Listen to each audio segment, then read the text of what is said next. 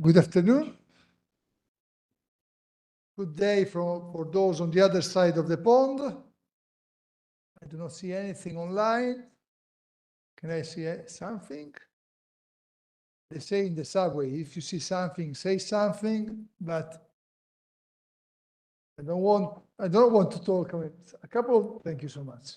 A couple of days ago, it happened that I was due to deliver a lecture to a university online, a master, and I ended up talking to the wall. Yeah, no slides for me, and the wall on the other side, almost everybody with the cameras off, so only a couple of people, a couple of teachers listening to me. Hopefully I will see something. So are we online or not? Can I know whether we are online?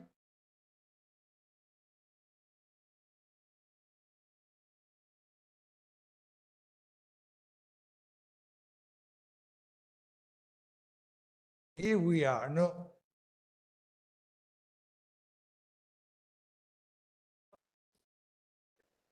I receive a message, we are online.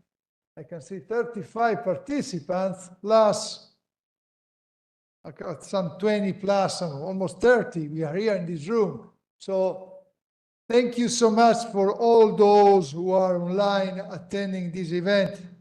We are renewing our endeavor on cultural heritage protection. And this time we are surprising you because it is a joint venture. Beside me, I have the director of the NATO Stability Policing Center of Excellence, Colonel Luigi Bramati, is from the Carabinieri as well. And you may remember that I had the privilege to be director over there some 21 months ago. I left the NATO SPCOE after a 3.8 year tenure, where we created this network. And nowadays, having Luigi with me here somehow epitomizes our joint endeavor, the willingness to cooperate and to make the best of each one network. Just to break the ice, so I will leave the floor a couple of seconds to Luigi, then to the Deputy Commandant, and should you wish also to my Francophone advisor, Colonel Fabrice Gaeng from the French Gendarmerie Nationale. And then Diego Delia, Lieutenant Colonel Delia, will run the meeting, and I'm really looking forward to hearing from Dr. Isabella Marchese from her lecture. What to say? Welcome also for those who are here in presence. We have a course on cultural heritage protection from ASEAN countries. I can say in all your languages, thank you so much, grazie mille. But I will learn your language, and at least to say thank you by the end of your course. What to say? You know better, for those who know me, you know how much I care about the subject matter, but you know also how much the Carabinieri, Italy, care about the subject matter. And you also know that the CoESPU is a joint venture between Italy and the United States of America. We provide a very generous grant every other year. And everybody will agree with me on the fact that cultural heritage protection protects national identity. I mentioned it early this morning, but I want to underline, because it prevents also ethnic cleansing. This is crucial. You commit ethnic cleansing by killing scores of people, by violating sexuality, or making mass killings, or deporting people, deporting kids, or even removing artifacts from one museum, changing the names of streets, or deporting also kids from one place to another and making them raise in different schools without their own families. So that said, it's crucial. What we do here is very important. So I can see 39 participants now, very happy for that. So I will say that there are some 70 like-minded people nowadays talking about the subject matter. I remember that in the past we had the second conference, which was comprised of some 130 people, different institutions worldwide. We will make the network revive again. And thank you for being here, Luigi. The floor is yours, and then Deputy. Thank you very much, General. Let me say I'm grateful for having the possibility to be here today. So my heartfelt thanks to General De Magistris, which is not only my predecessor at my Center of Excellence, but I'm honored to call him a friend and definitely my mentor. So what we do is definitely based on what we started, or he started not many years ago. So thank you again for giving me this opportunity. Cultural property protection and the community of interest around cultural property protection is also in the center of our activities as a Center of Excellence in NATO. Looking at of those who are attending this happening online, I see many names that are familiar to me. So I guess we have a lot in common in terms of community of interest. So it's very important. And it's very important the fact that we are here together. So the Stability Policing Hub is working together. We have different, of course, nuances, different doctrine to some extent, but the interests around the topic are the same, and the people on the topic are in this community of interest are more or less the same. And we are doing a lot as a Center of Excellence. We are learning from conflicts. We run a cycle of observation from the Israel-Hamas conflict. We are running now the same observation from the Russia-Ukrainian conflict, all centered on cultural property protection. And this is very important for what General De Magistris said. Culture is also a cipher of identity. So one of the aspects that now we are exploring is the connection between the identity and the methodical destruction of property, cultural property. We are looking at cultural property protection also as part of the human security remit. You know, in NATO, we are now developing this huge concept of human security, of which one pillar is precisely the cultural property protection. So, and the center is proudly taking up the flag of cultural property protection as an essential part of human security. Last but not least, we have started this year, or last year, let's say the project, which is called Cultural Property Protection as a means to counter terrorism financing, is a project that is aiming to provide a course to our NATO partners to raise awareness about this topic. Now we are in the phase of refining the pilot edition that took place last September, or last October actually, and we asked to our community of interest support to better tailor, better focus the contents of the course. We received a huge support from the community of interest. In next May, we're going to have another workshop to refine the context, and hopefully next fall season we'll have the final version of this course. But again, all these thanks to the initiative that General De Magistris took when he was director of NSPCOE, and thanks to the community of interest that is supporting us. We have expertise in our center, but most of the expertise is outside our center. And the community of interest is really doing a lot to support our endeavor. So thank you again, CoESPU, General De Magistris, but thank you to you all for supporting us. Grazie, Luigi. Thank you so much. This is a common endeavor. Human security is the center of gravity of any stability policing activity. So it's where the heart of our activity lies. So talking about cultural property protection, you go through several cross-cutting topics under the NATO perspective: children armed conflict, prevention of sexual-based violence, for instance, conflict-related sexual-based violence. And then there is also trafficking human beings, protection of civilians. Under the United Nations, there are different nuances they talk about dimensions. So they try to preserve people from insecurity relevant to these dimensions. But what matters most is that policing plays a crucial role as a function, either back in our countries, which enjoy peace, some peace, hopefully knocking on the head, but most importantly, in a fragile state, where all our countries play a crucial role to export safety and security, but peace and long-term development. And the US in this remit plays a crucial role. As I said, I mean, they provide us with a generous grant. Imagine, this year we celebrate the 20th anniversary. And in 20 years, they invested more than $30 million, which is something. And trust me, we pride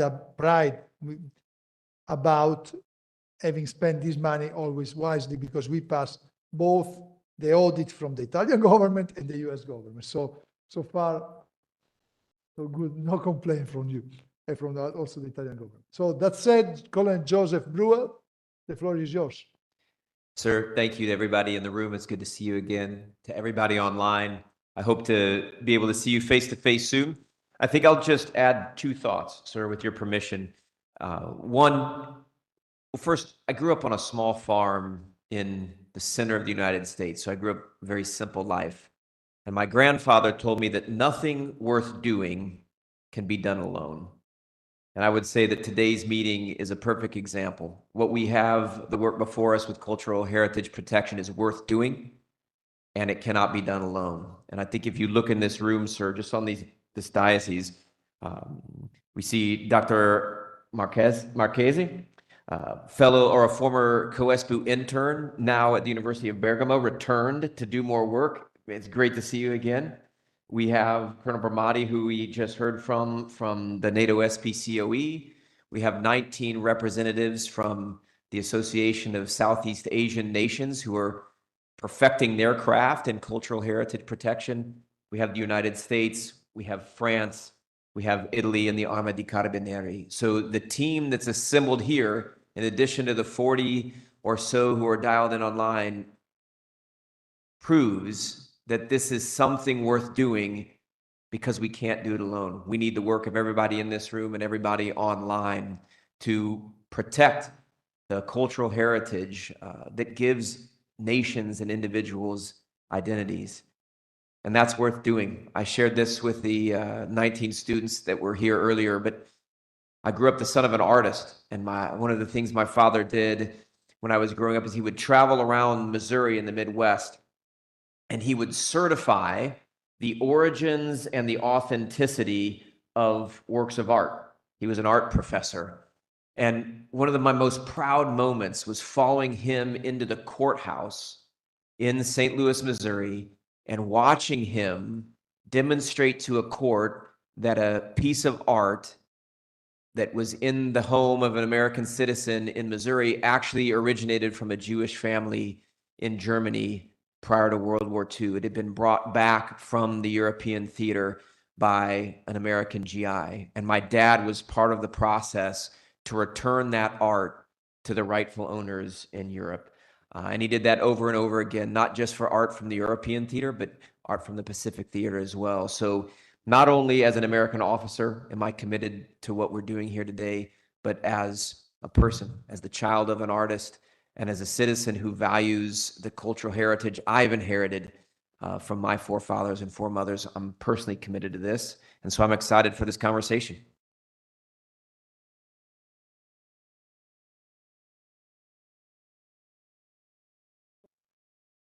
Without further ado, Diego, the floor is yours. Thank you, sir. Much to everybody. Cultural heritage is central to the cultural and social life of local communities and on the national level. Cultural heritage, you know that pretty well, is the heritage we have inherited. It's our legacy, our memories, physical places, objects, and intangible beliefs and practices, and much more, actually. Tangible and intangible heritage are the expression of the identity of a population, as underlined by our commandant. So our heritage, again, physical and non-physical, is of an important part of who we are, as a matter of fact, and what we identify with as individuals and as a communities. The preservation then of cultural, national, local heritage and the culture, generally speaking, will in fact help in building communities' association with its heritage and thereby creating identity which relies on institutions and individuals. It is necessary to be conscious of that and to take decisions and actions consequently. In this frame, the CoESPU is the only institution in the Carabinieri Corps who has a chair devoted to cultural heritage protection and peace operations. So we have in here this fantastic opportunity of collecting people from all over the world to share our mutual experiences, to have an exchange of information, lesson learned, best practices, and so on, which makes this center unique in the world. And in particular, we can take advantage of our respective background, for example, thanks to our colleague from TPC, Tutela Patrimonio Culturale, and many other people. In this frame, on this basis, we have to consider cultural heritage from any point of view. There are many, many ways and declinations of cultural heritage. It involves, as a matter of fact, a lot of elements, for example, sustainable economy, right? Or economic development, generally speaking. It is an expression of academic values, but it can become a threat. Cultural heritage can become even a weapon. It sounds strange, apparently, when something related to culture, to, again, tangible, intangible heritage, and so on, can become indeed a weapon. And so we have to be, first of all, conscious of that. We have to share this consciousness, and we have to consider that misproper use or an international negative use of cultural heritage can transform it into a terrific weapon for negative purposes. And we have to consider that artificial intelligence is something which matches immediately those points, as our doctor will explain us in a while. And so let me introduce you our relator is Dr. Isabella Marchese. She's a distinguished professional in the field of international relations and security with a robust academic background and practical experience in diplomatic affairs. Currently, she is pursuing a second-level master's degree in prevention and counteraction of radicalization, terrorism, and policies on integration and international security at the University of Bergamo. Her studies have provided her with an in-depth expertise in critical areas such as radicalization prevention, international security regulations, and counterterrorism strategies. Her academic trajectory also includes a master's degree in diplomacy and international cooperation from the University of Trieste, where she authored an innovative thesis examining the role of cultural heritage protection as a strategic instrument in the international arena. Dr. Isabella, the floor is yours.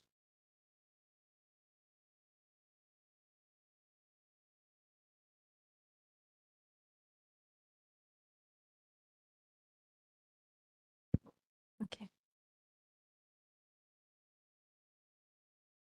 Brigadier General de Magistris, Colonel de Liam,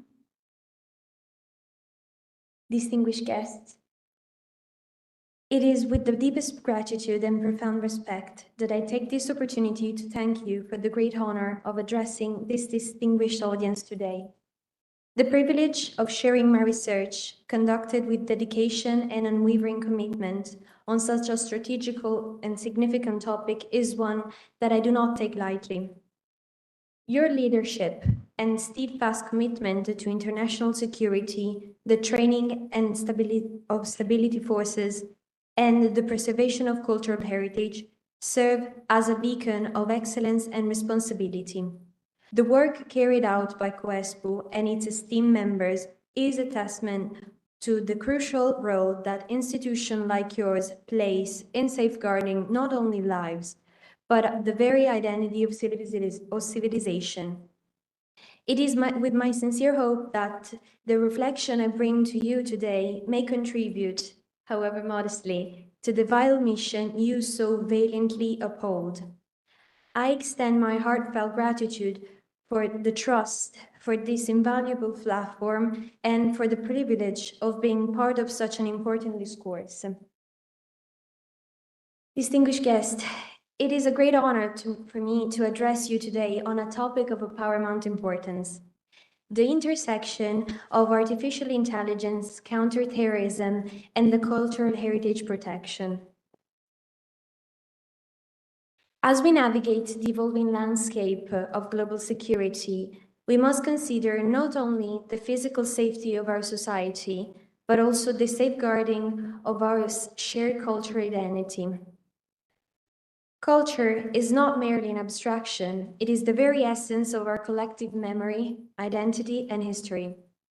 Cultural heritage, whether in form of monuments, manuscripts, or oral tradition, defines civilization. But this heritage is under attack. Terrorist organizations, insurgent groups, and illicit networks have increasingly targeted cultural landmarks, understanding that to erase a culture's past is to weaken its future. So artificial intelligence presents a paradox. It can be either a shield protecting our heritage or a weapon accelerating its destruction. The challenge before us is ensuring AI remains a force for preservation and security rather than an exploitation and harm.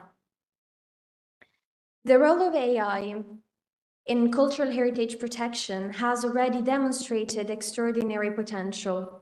Technological advancements allow for monitoring, documentation, and intervention at an unprecedented scale. Projects such as Interpol's Project Psyche leverage AI-driven analysis for satellite imagery, dark web activity, and social media to detect potential threats to cultural heritage sites. These capabilities enable preempting action before damage occurs.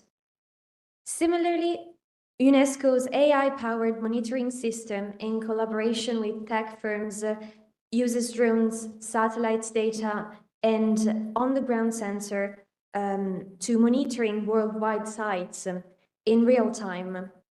By predicting risks, authorities can intervene swiftly and mitigate attacks before they happen. And this is really important because AI plays a crucial role in tracking and recovering stolen artifacts. ICOM Red List, powered by AI, helped costumes and law enforcement identifying trafficked cultural objects, while Italy Leonardo Database, managed by the Carabinieri Command for Protection and Cultural Heritage, EPC, integrates AI-driven analytics with Interpol's database to enhance artifacts recovery efforts.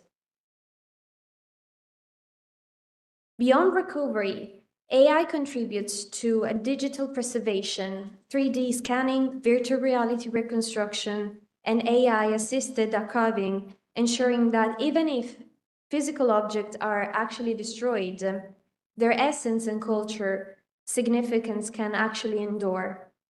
However, the same technological advancement that protects can also be weaponized. Malicious actors can exploit AI for cultural erasure, psychological warfare, and targeted destruction. Terrorist groups can harness AI-driven predictive modeling to identify vulnerable cultural landmarks, optimize attack strategies, and also evade security patrols. The systematic targeting of historical sites like in Syria or Iraq has already demonstrated how AI and satellite imagery can be used for destruction rather than protection. Deepfake technologies can alter historical records, fabricate evidence, and spread misinformation. So a falsified digital archive could actually frame institutions or individuals, eroding public trust and also rewriting history. So, sophisticated AI power cyber attack poses another serious risk. Polymorphic malware can adapt in real time, targeting the digital repositories of institutions such as the Vatican Archives or the British Library. The corruption or loss of digital culture records would be an irreversible blow to humanitarian historical knowledge. Given these threats, we must approach AI with a strategic foresight, ensuring its ethical use in counterterrorism and cultural heritage protection.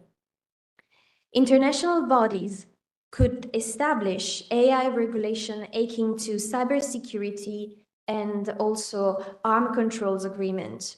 Organizations such as UNESCO, Interpol should spearhead ethical AI initiatives, setting frameworks for responsible use while preventing AI weaponization.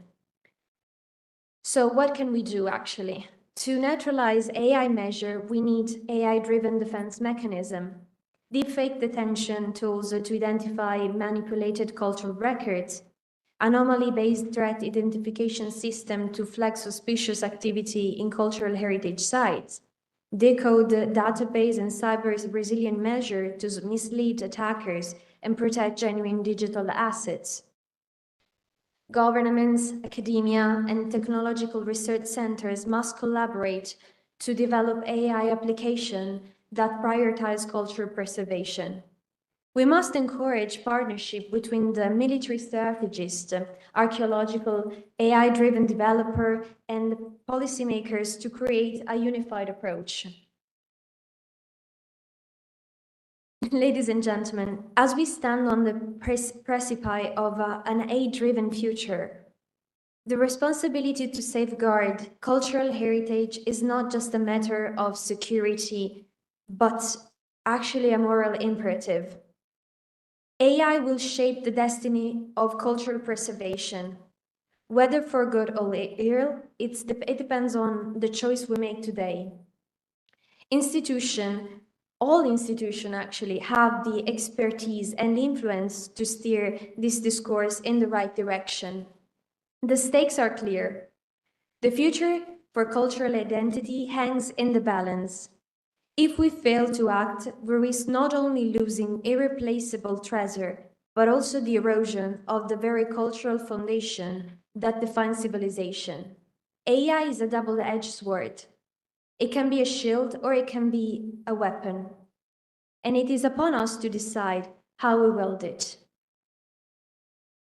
Thank you very much for your attention.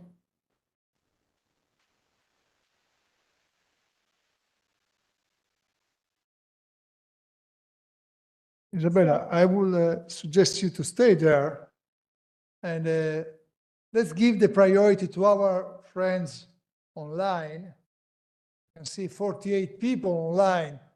So the community is growing. And dear colleagues, we skipped to the tablet for the introduction just for the sake of saving time. But please feel free to pose any question.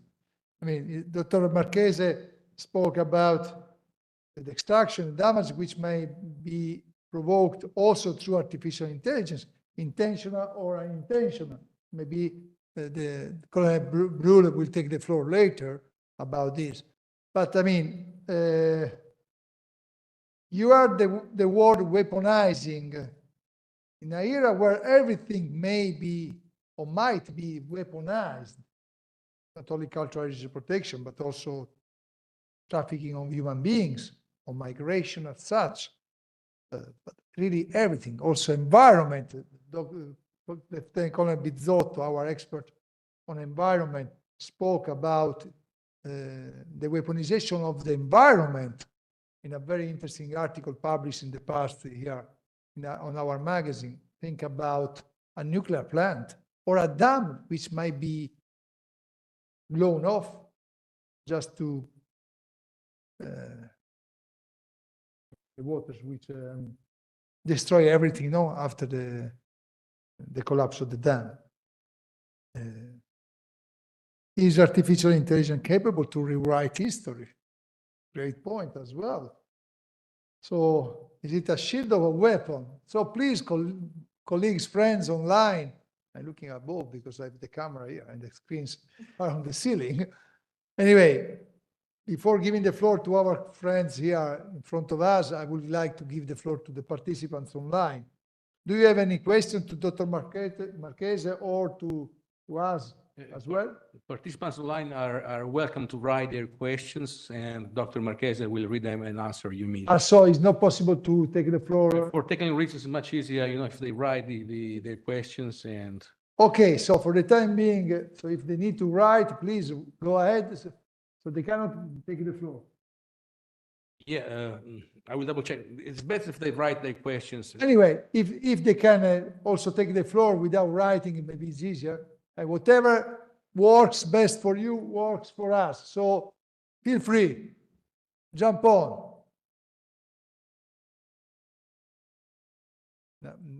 Okay, let them digest the presentation. The floor is yours. Oh, here we are. Look at the question. Disappeared. So it was just a test for Dr. Marchese. No, actually, I can see something. Maybe I can read for you. Can I? Yes. From Michela Contessi. From my perspective and experience, AI plays a crucial dual role in cultural heritage. While it enhances preservation and documentation through 3D mapping, digital archiving, and restoration, it also poses risk, as it can be exploited for forgery and provenance manipulation, fueling illicit traffic. And it's really, really true. And this is why we need to talk today. We need to talk every day and also try to create a group, and we can help each other to prevent this illicit trafficking. I can read also from Lisa Moll. Many thanks for a very interesting and thought-provoking talk. In your view, what are the most urgent developments needed right now in AI to ensure we can enhance heritage protection? Well, for sure, UNESCO Convention, Interpol database, and EU cybersecurity directives provide a guideline, but we need some stronger enforcement to me. And also, it's really interesting, the project that is used by TPC, the Carabinieri Command Force. Leonardo catalogs stolen art globally, but at the same time we have SWATs, which uses AI and the big data to track stolen works across the web, aiding law enforcement. So I would say so. We have to learn how to use AI in the good way as a guardian for our cultural heritage protection. More on the threats and Okay, Cohen Giacometti, former NATO SPCOE colleague from his province, is asking Dr. Marchese whether you have any case of such an attack today, heritage on the heritage digital archives. Ukraine maybe? Okay, well, it's a really large topic actually, and it's an ongoing topic. So to talk about it, I would appreciate to talk more in depth also after the conference. But what can I say now? I can say that the threat to cultural heritage on a digital archives is something new that we need to learn, because some malwares actually today can adapt and be something really hard to work on, because we tend to fight not against a real person, but against a machine. So we need basically a machine to fight this war. Do you have any specific case? Have you recorded, this is what Marco Giacometti is asking, and and this is also my question. Have you recorded in your research any specific case of About Ukraine? damage on cultural heritage to? Well, we not technically on Ukraine. My thesis works on Syria and Iraq, and on these two topics, for example, it is clear that some artifacts, like objects, they were destroyed because in this way we could actually erase a culture. On an intangible way, it's harder to destroy a culture because you need to actually kill all the people who have in their DNA the culture, the tradition, the history. So I would say that to speak about Ukraine now, it's a little bit early because it's an ongoing war. So it's totally different. We're talking about artifacts, but also about culture. And it's 2025, so it's different.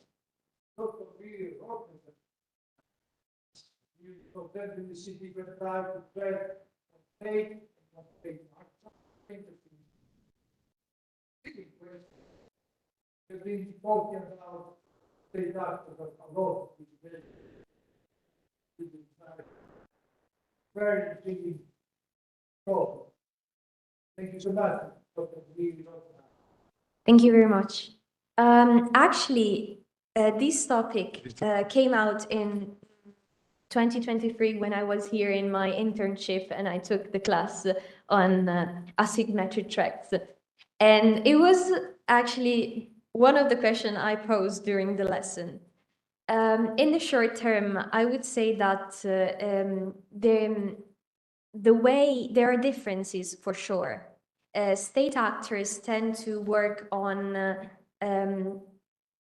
a path which is already designed. We kind of know how would they act. Non-state actors, actually, they don't have nothing to lose. They just, here we have to also make some in-depth points, but I would take them out. I would just say that non-state actors, they tend to work on a different level psychologically and on a strategic level. Like how do they act? So yes, they have differences in way of conducting a war, conducting a war, I would say.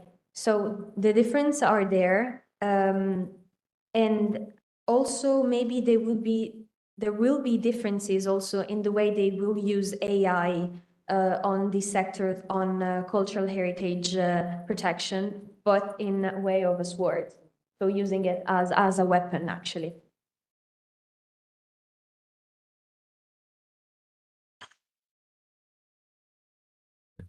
I'll steal the floor for just a moment to make a comment. So in our observation on ongoing conflicts, we observed the use of AI in the decision-making process. And it is also connected to cultural heritage protection, because as we know, the destruction of cultural heritage is a war crime. The problem we found is when the AI is used in the decision-making process, for example, in the process of targeting, there's a problem for the investigator on war crimes. As we know, AI uses a logic that is not human. So is in general, we can explain, but not fully explain how AI drives to the conclusion. So the question we ask ourselves, and we are now exploring in our research, is how about the human handler on the AI insert the right parameters? Do not destroy cultural heritage for this and this reason, and in these cases. And then at a certain point, the AI decides to destroy it or to give green light according to their parameters, so it's possible to destroy that artifact. This is not, we cannot explain why AI decide that, and that, from an investigation perspective, breaks the chain of responsibility. So how about the human handler put on all the parameters, and yet the AI decide differently? Of course, there's a human being that push the button, but it cannot cover all the parameters in a targeting process. So this is a way how AI can help protecting if well addressed, yet we don't have the full control of it. So, and that means that it might also result in breaking the chain of responsibility, posing a problem in terms of investigation of war crimes. We are studying it. We don't have an answer for it, but there's another aspect that we are interested in. Thank you, Luigi. Colin Bramati was mentioning a specific research he has personally conducted on the conflict in Gaza. Okay, so this is important because interrupting the chain of responsibility from a police perspective in a proceeding before the judiciary could jeopardize the whole investigation. And we want to take before the court the culprit, not just the suspect. Colin Brewer was to make a comment before another question, and I hope that Colin Marchese touched all the points also raised by the previous people who made the comments. Unfortunately, my mic was off when I made some comments on Dr. Lee Rotterdam. So I hope that we covered also the subject matter, the role of state and non-state actors. For sure, non-state actors fill a gap in any society, especially in fragile state. Usually we brag about stability policing capable to fill the policing and the security gap in fragile state. So if stability policing assets are deployed timely, this gap will not be filled by non-state actors. Deputy, the floor is yours. Dr. Marchese, wonderful presentation. Thank you. Engaging visually, intellectually, well done. I have a question that's probably more philosophical than technical.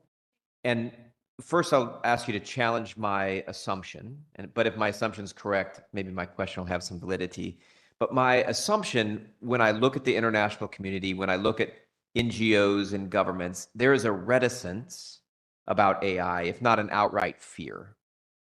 Add that to the difficulty of consensus building within a government institution or a non-government organization.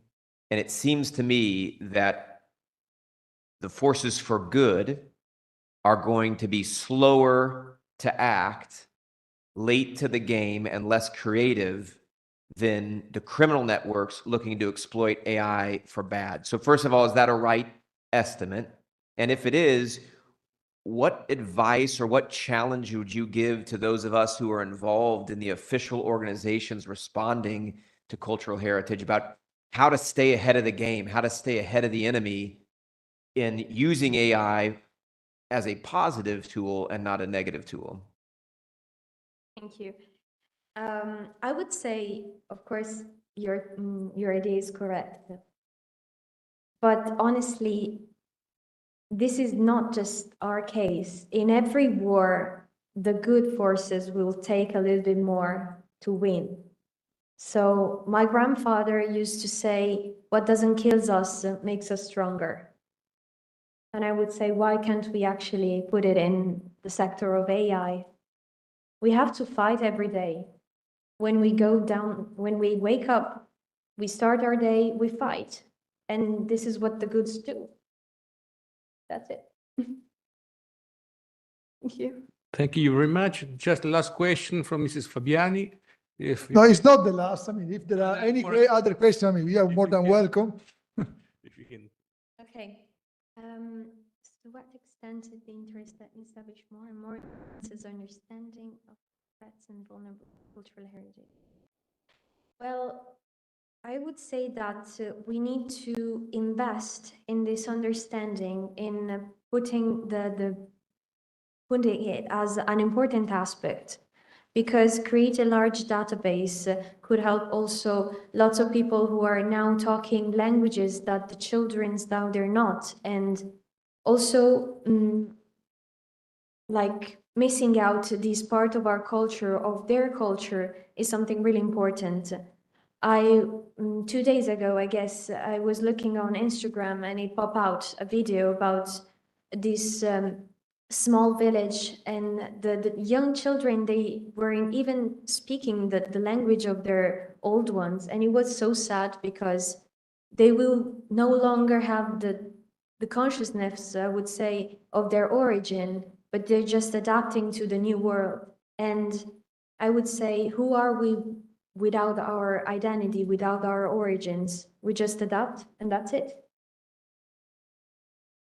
Well said, Isabella. I take the luxury to keep calling you by name. It's a matter of affection and great respect, huge respect. Cybersecurity, policing is crucial in cybersecurity. NATO identified a domain, land, several domains, land, sea, air, space, cyber, and they are talking about the need to have also the cognitive domain. Cyber and cyber threats may indeed influence the cognitive domain through cyber attacks. It's crucial to identify and acknowledge the role that policing may play in the cyber domain. So stability policing and policing is somehow cross-cutting across all the domain, always with the same focus, human security. So we call for action. We need your support also to advocate for role of policing, not only back in our countries, but in fragile states.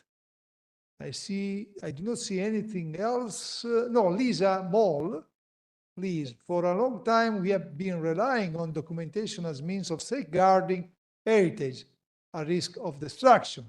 Is there a possibility that we have instead created a further target for cyber terrorism? And what can we do to safeguard this digital documentation? Great question. It is indeed a great question. This is why I'm here today, to express and stress out the importance of understand always better AI and how it's working. Because, as you said, there is a possibility actually to create a target. For sure it is, because when we try to protect something, we tend to make it a target. But at the same time, it's easier to understand how to safeguard it once we could understand how AI-driven works, how malware works, how people could actually attack. It's not something different from what we have learned in our lives, like Sun Tzu and it was the first actually speaking about how we can safeguard something.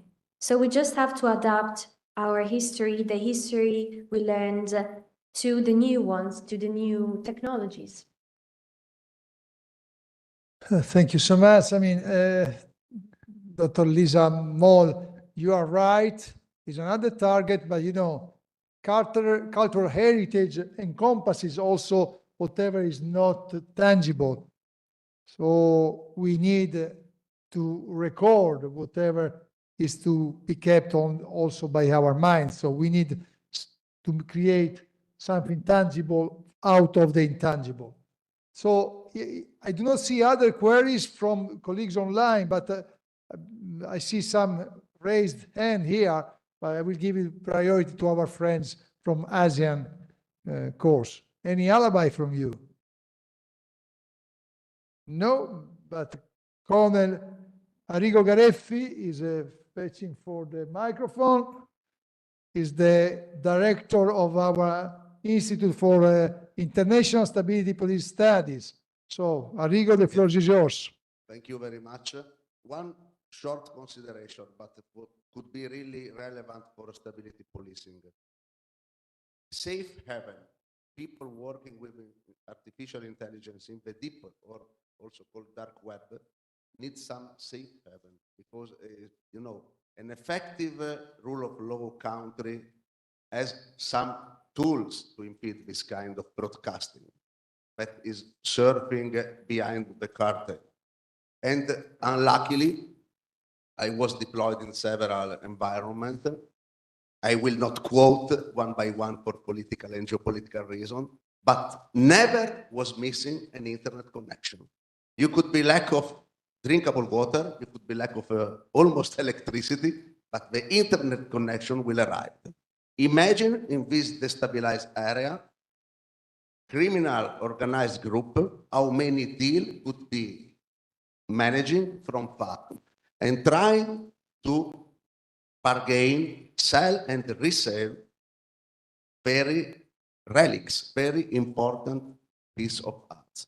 Now the point is we should really focus also in training the stability policing player, because if and when deployed, they should be aware of what they could find on the territory, on the land. They are even physically patrolling, and also give them the ACM devices in order to understand where there are communication. 95% of this communication are managed by radio waves because there is not the common line. So we should intervene if the legal mandate allows us to cover this kind of threshold that is really hampering the civilian rule of law respect. Thank you very much. Thank you so much, Arrigo, for your very good comment and insight. You left me wondering about this acronym ACM, but you will explain me later. You know, every now and then we have another new acronym. So electronic countermeasure, ECM. Okay, ECM. ECM. Now I can sleep quietly tonight. Thank you so much. Thank you so much to each one of you. Any other alibis? Yes, please. Doctor, Please introduce yourself. yeah, I'm Chief Warrant Officer Luigi Portacci from Carabinieri Command for the Protection of Culture Heritage, and I work for the unit of Udine, so in the far northeast, not far from here. First of all, congrats for your presentation. It was so inspiring, especially for us, which work every day on this specific sector. And just one thing, would you agree on the fact that fake information campaigns led by AI could be a weapon, I mean, not the physical one, not something that destroy Internet archive, but something that had in the web. Something, again, I'm sorry for the misword, something that had a concept that could destroy actually a culture. Thank you. Thank you for your question. Yes, I do agree, which is one of the points actually in one of my slides. By destroying, I'm not just saying like eroding everything, just delete. I'm not just talking about that. It's putting like the doubt in people. Like I've read lots about, also during my master, about how Muslim culture has its origin, what has grown, and the Muslim culture that the internet poses us. There are lots of people who are talking about it in a really unpleasant way, I would say, and also with lots of misinformation, spreading misinformation. This is the point. This is hard. You know, it's easier to just identify someone who posts online or delete just an information. It's harder to get into everyone's lives after someone has said something about misleading, actually, and take that information off. So lots of things that we actually know, we think that they're right, but actually they're wrong. And this is the point, how we get that information that it's wrong out of people's mind. I would say that the only one of the main thing that we could do, it's work together to spread the right information, collaboration on every sector, not just on AI developing tools like ChatGPT, or because that could be also misleading. And they also said it on every after the response. They say maybe something is wrong. Just search it on Google, but Google still has some misinformation. So we have to work together to spread the right information. Isabella, I think that talking I mean, like this, I mean, is provoking, is very thought-provoking, as it was said. And Clive Chessman, Dr. Clive Chessman, is asking the following. You mentioned the British Library cyber attack. One of the remarkable features of this has been the extremely long recovery time. Even now, many months after the attack, the institution's basic capabilities are not fully restored. Is there a case for treating recovery/recuperation from cyber attack as a separate and distinct aim from impregnability? Attacks will occur, some will be effective. Swift recovery and restoration of services may be an achievable strategic objective. I do concur with Dr. Clive Cheeseman, and this brings me, and Colin Bramati is concurring with me, to another topic, resilience, the capacity to react to a shock. Are we capable to display and implement resilience? So are we capable to not counterattack, react to this, possibly counter-react? Isabella. It's something that we were talking about before. Of course, sometimes we will fail, sometimes we will win. It's an ongoing battle and probably without a finish. So what we can actually do, well, sharing AI intelligence, pooling resources, co-developing ethical AI policies to prevent cultural crimes, and maybe let's find the young adults that are actually now working with AI that has some maybe different ideas that they can understand these new words on a technological aspect. Let's let them help us. And on a technical level, I'm sorry, but I don't work with AI developing. From what I've learned, and I'm still learning, I know that young adults have brand new ideas on how to recovery, maybe on a view that we haven't already seen. So new perspective. Just let's help each other.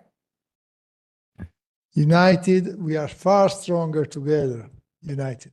So if the team here doesn't have any other alibi, and the colleagues as well, just last query. Have you enjoyed the support of AI for building your beautiful presentation? And I would say yes. Okay. So, Isabella, well done. You know that we will kidnap you again. So, for closing comments, I will leave you with a quote without wrapping up, because there's a lot to wrap up. This conference will be available on YouTube, on our channel. Keep following us on social media. Thank you for those who submitted some compliments to us. It's the team who works proficiently. And again, thank you to those who attended here in this room. You couldn't see all of them because they are spread in different seats, but next time we'll keep our audience in one sector so that our camera can get them more easily. That said, George Orwell, in his book 1984, said something that you are very right, Joe. He or she who controls the past controls the future. I rest my case. Let's say I wish you a good continuation of this day. All the best.